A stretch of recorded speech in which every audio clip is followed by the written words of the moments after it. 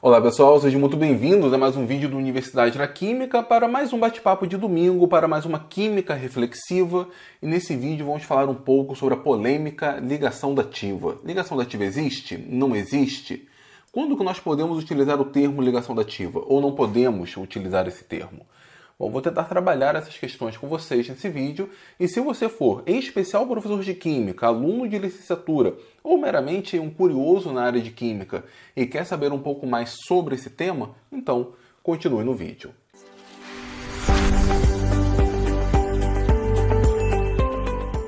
Então, passando rapidamente o que é ligação dativa. Lá no ensino médio, você está aprendendo ligação química, sabe ali o que é ligação iônica, fala que é ligação por transferência de elétrons. Não é uma definição muito adequada, né? O ideal seria falar que é apenas atração eletrostática entre cátions e ânions, mas ok. Dentro do contexto fala que existe a doação de elétrons. Você aprende ali que metal forma cátion, a metal forma ânion, então uma ligação iônica seria entre um metal e um ametal.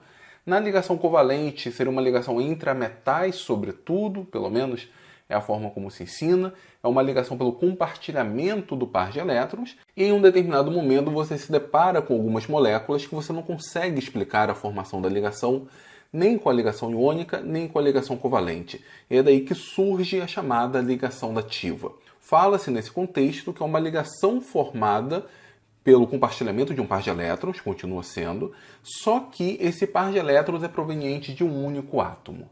Bom, essa definição para a ligação dativa não está errada, ela está correta. O problema é o contexto. Quando o aluno aprende isso no ensino médio, nos exemplos que são dados, ali sim nós estamos falando de um exemplo errado. Ligação dativa é isso, ligação dativa existe, só que não no contexto que geralmente é ensinado no ensino médio. E aí que aparece o problema. Bom, vamos lá. O que é a ligação dativa? Se nós formos olhar na IUPAC, pelas recomendações da IUPAC, nós podemos olhar aqui o verbete coordination, coordenação. E aqui ele define que coordenação, o que nós chamamos de ligação coordenada, na verdade é uma ligação formada entre um ácido de Lewis e uma base de Lewis. Para quem não conhece, uma base de Lewis é uma espécie que doa par de elétrons e o ácido de Lewis é uma espécie que recebe esse par de elétrons. Então nós temos ali uma condição bem definida, formamos um composto. Esse composto ele está chamando de adducto de Lewis, e esse composto formado ele tem essa ligação chamada de ligação coordenada. Mais abaixo ele fala que ligação coordenada tem um sinônimo, que é chamado de ligação dativa, só que o termo é obsoleto. Então vamos lá, isso aqui é um aspecto muito importante. Não é que ligação dativa não exista. O termo ligação dativa é que não é um termo mais adequado, pelo menos a IUPAC não o recomenda. O ideal seria usar o termo ligação coordenada. Só que o significado da ligação dativa e da ligação coordenada permanece. Mas ela recomenda que o termo dativa seja obsoleto. Aqui, entre parênteses, ela explica que esse termo ligação coordenada está muito associado ao processo da formação da ligação. Mas uma vez formada a ligação, não existe diferença nenhuma caso o processo fosse outro. Eu vou exemplificar daqui a pouco. Se nós olharmos também o termo ligação dativa, aqui ele nos dá o exemplo do NH3BH3, o exemplo clássico para mostrar um processo de doação de um par de elétrons e recepção de um par de elétrons. O nitrogênio da amônia atua como uma base de Lewis e o boro atua como um ácido de Lewis. O interessante é que um pouco mais abaixo ele fala que tem algumas diferenças entre uma ligação formada por esse processo, uma ligação onde existe a doação de um par de elétrons por parte de uma única espécie, e de uma ligação formada quando dois átomos, cada um fornece ali um elétron. Notem, nós não estamos falando do mesmo composto formado por caminhos diferentes. Nós estamos comparando compostos que são formados pela chamada ligação dativa, ligação coordenada, e compostos que são formados pela chamada ligação covalente normal. E uma diferença é que a chamada ligação dativa / coordenada apresenta significante polaridade. Vamos comentar também daqui a pouquinho. Da onde que eu tirei essas definições? Eu tirei do chamado Gold Book da IUPAC. Aí você vê o nome, Gold Book, livro de ouro. Você pensa uma coisa desse jeito. Só que, infelizmente, nada mais é do que algo desse jeito. É um compêndio de terminologia química. Então, entre aspas, é um dicionário químico produzido pela própria UPAC. Foi mal, mas é isso que é. Vamos lá, vamos ver então alguns exemplos. O próprio exemplo citado aqui pela UPAC seria a reação do BF3, ele utiliza ali o BH3, mas vamos considerar o BF3. BF3 com NH3, então nós temos amônia agindo como uma base de Lewis, tem um par de elétrons, e ela doa esse par de elétrons para o boro, que tem um orbital vazio. Então a amônia atua como uma base de Lewis e o boro atua como um ácido de Lewis. Esse composto aqui é um composto formado por um ácido e uma base de Lewis. Seria, entre aspas, não é um termo oficial, um sal de Lewis. Nós chamamos de aducto, às vezes não tem esse C, chamamos de aduto. Essa ligação é uma ligação que promove uma elevada polaridade. Se nós determinarmos a carga formal do nitrogênio aqui, vai ser mais 1. E a carga formal do boro vai ser menos 1. O composto é neutro, só que ele teria uma espécie de distribuição interna de cargas. Um outro exemplo, aí nós estudamos quando avançamos um pouco mais, quando nós vamos lá para a química inorgânica e falamos de formação de complexos, em especial complexos de metais de transição, não necessariamente apenas de metais de transição. Nós temos aqui o cátion prata, ele atua como um ácido de Lewis, portanto tem orbitais vazios. Temos a molécula de amônia que atua como uma base de Lewis e formamos esse complexo, o diamine prata. Tanto é que essa classe de compostos nós chamamos de compostos de coordenação. Até existiria ali uma diferença formal entre complexo e composto de coordenação, mas nós utilizamos como sinônimo. Esses, então, são exemplos de ligações coordenadas de fato. Então, falamos o que é ligação coordenada, exemplificamos, falamos porque essa ligação aqui é polarizada, e outra coisa que nós precisamos falar é que o mecanismo de formação da ligação não influencia a natureza da ligação. Vamos pegar o exemplo que ele até próprio cita lá no verbete coordenação. Vamos formar aqui o clorometano. Isso aqui é o clorometano, isso aqui é o clorometano. O composto é o mesmo. Essa ligação azul aqui é idêntica a essa ligação vermelha. Só que elas podem ser formadas por mecanismos diferentes. Nós podemos pegar, por exemplo, o cloreto e o cátion metila, e nesse caso nós teremos um processo de ligação coordenada. O cloreto tem um par de elétrons não ligante, tem mais de um na verdade, mas ele utiliza um par não ligante e ataca o radical metila que tem um orbital vazio. Então isso aqui age como uma base de Lewis, isso aqui como um ácido de Lewis. Nós temos um aducto nesse sentido. Ou seja, essa molécula foi formada por um processo de ácido de Lewis, base de Lewis. Aqui nós teríamos essa ligação sendo formada por um processo de formação de ligação coordenada. Entretanto, nós podemos formá-la de uma outra maneira. Podemos pegar o radical cloro e o radical metila e simplesmente temos a junção desses dois elétrons desemparelhados formando um par. Formaríamos também o clorometano com a ligação idêntica. Então, preste atenção que, conforme a própria UPAC recomenda e no contexto que deve ser utilizado, o termo ligação dativa / coordenada, que são sinônimos, embora dativa seja recomendado o não uso, ele está muito mais relacionado ao processo da formação da ligação e não necessariamente à natureza da ligação. No caso aqui do clorometano, a ligação é a mesma, só que uma veio por um processo de formação de ligação coordenada e a outra não. Então, respondendo parte das perguntas iniciais, ligação dativa existe? Existe. Não é o termo mais recomendado, mas a ligação existe. Quando que ela existe? Ela existe quando nós temos uma espécie que tem um par de elétrons não ligante, ou mais de um, enfim, mas utiliza um par de elétrons não ligante para atacar uma espécie que tem deficiência de elétrons. Reação entre um ácido de Lewis e uma base de Lewis. Essa ligação formada, a ligação coordenada, é idêntica a qualquer ligação covalente, caso o processo fosse feito de outra maneira. Então, essa seria a maneira correta, a maneira adequada de nós trabalharmos o conceito de ligação coordenada. Eu peguei aqui algumas referências, por exemplo, esse daqui é o que eu chamo de Brad novo, né? Um dos livros do Brad, um pouco mais novo, além do clássico.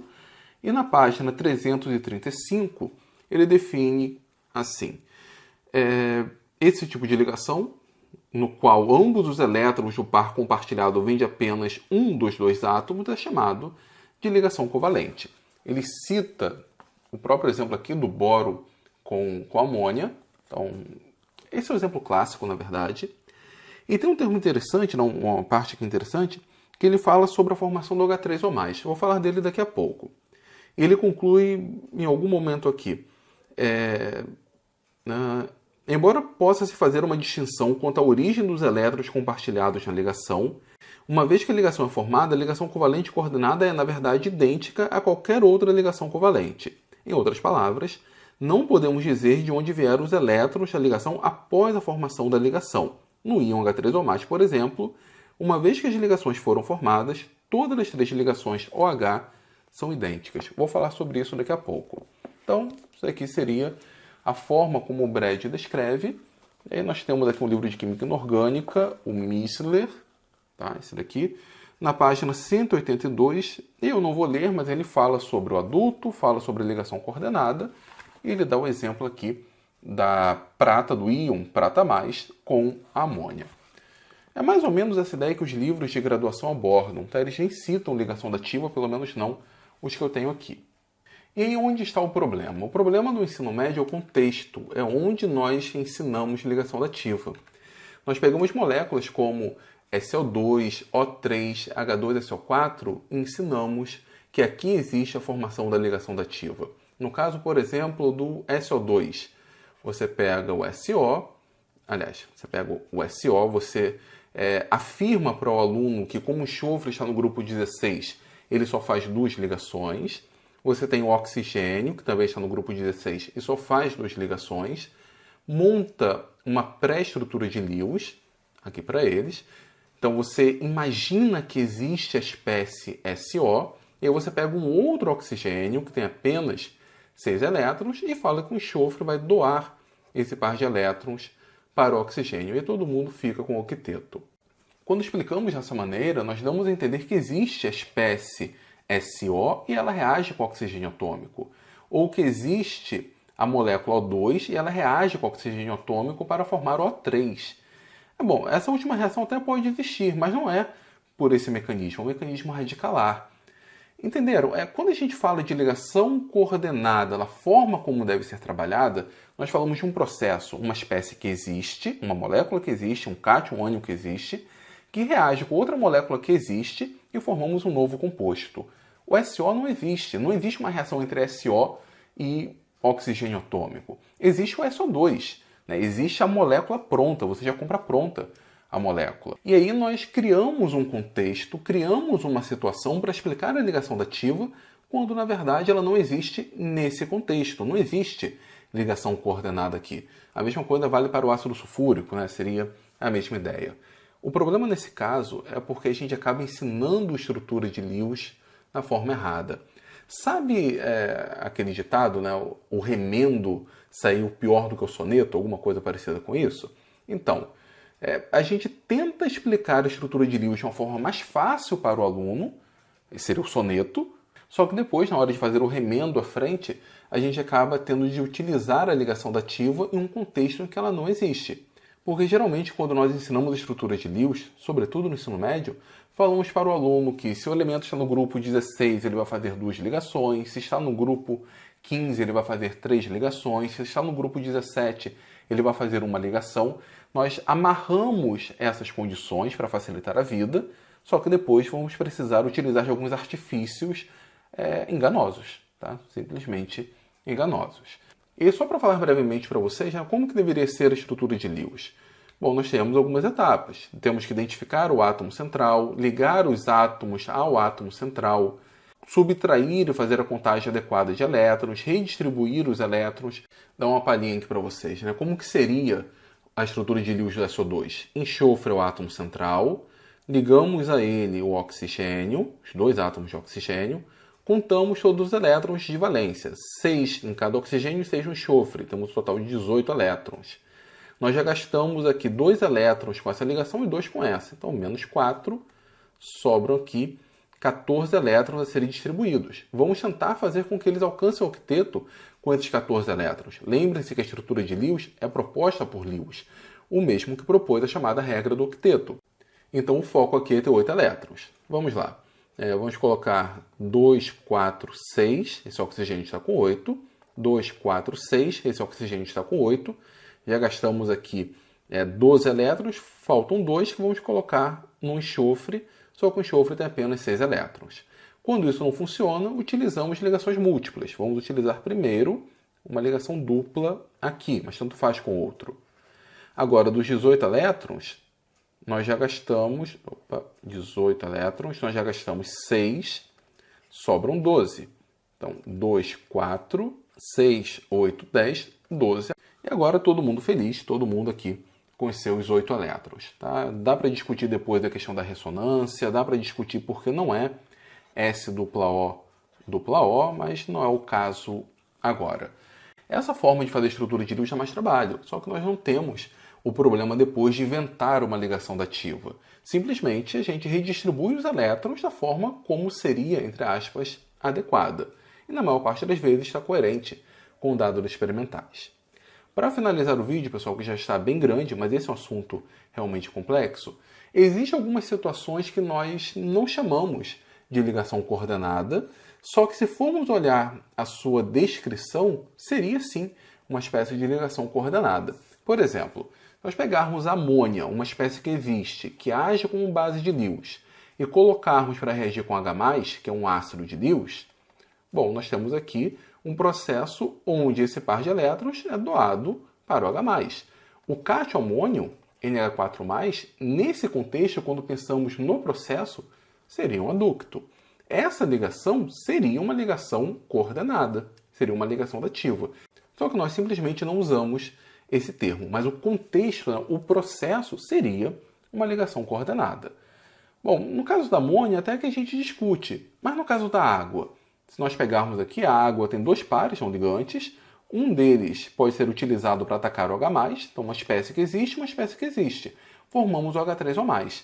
Essa terceira ligação do H3O+, seria uma ligação coordenada. O texto que eu li para vocês do Brad, ele considera essa ligação como sendo uma ligação coordenada, idêntica às outras, mas sim uma ligação coordenada. Só que ainda assim são casos pacíficos. Os casos mais problemáticos são quando nós pegamos, por exemplo, uma determinada base, reagimos com H+, e formamos um ácido fraco. O fluoreto, pensa aí, fluoreto de sódio, por exemplo, você coloca em meio ácido, formamos o HF. Como que essa ligação foi formada? No processo, o fluoreto ele doa um par de elétrons para o H+. Então, no processo, seria uma ligação coordenada. Ou pior ainda, OH-. Pegamos uma solução básica, NaOH, colocamos em meio ácido, formamos água. Essa ligação foi formada por um processo de ligação coordenada. Só que nós não chamamos essas ligações de coordenada, nem discutimos, eu nunca vi um tipo de discussão, mas é um caso para provocar vocês, para nós pensarmos. Se colocarmos a definição, como de fato a própria UPAC recomenda, da ligação coordenada está associada ao processo, quando a molécula de água fosse formada dessa maneira, ali nós teríamos uma ligação coordenada, que é idêntica, óbvio, a qualquer ligação covalente. Eu gostaria de saber um pouco da opinião de vocês nesse respeito. Bom, pessoal, e para finalizar mesmo, de verdade, eu dei uma olhada aqui nos livros de ensino médio. Martha Reis, por exemplo, ela não cita ligação dativa, pelo menos não nessa minha versão. Ela chama isso... Ela descreve exemplos errados, tá? O livro não está correto. Fala de situações que não são adequadas para nós chamarmos de ligação dativa / coordenada, só que ela chama de casos especiais, ela não dá o nome dativa. Isso a Martha Reis. O Ser Protagonista, volume 1,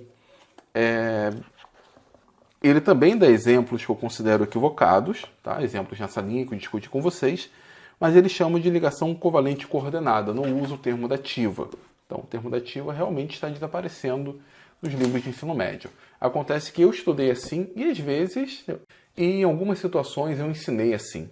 Podem me julgar, mas não é a forma como eu ensino hoje mais. Na página 145, ele cita que alguns exemplos, usa o próprio exemplo do SO2, ele fala: antigamente esse tipo de ligação era denominado ligação dativa. Então ele usa o termo ligação dativa como sendo um termo já ultrapassado pela própria recomendação da IUPAC. Galera, é isso. O vídeo ficou grande, tá? Mas é um assunto realmente um pouco complexo. Eu gostaria muito de saber a opinião de vocês. Então deixe aqui nos comentários, principalmente a opinião de vocês como aluno e como professor, em especial como um professor de ensino médio, como que você se vira nessa situação.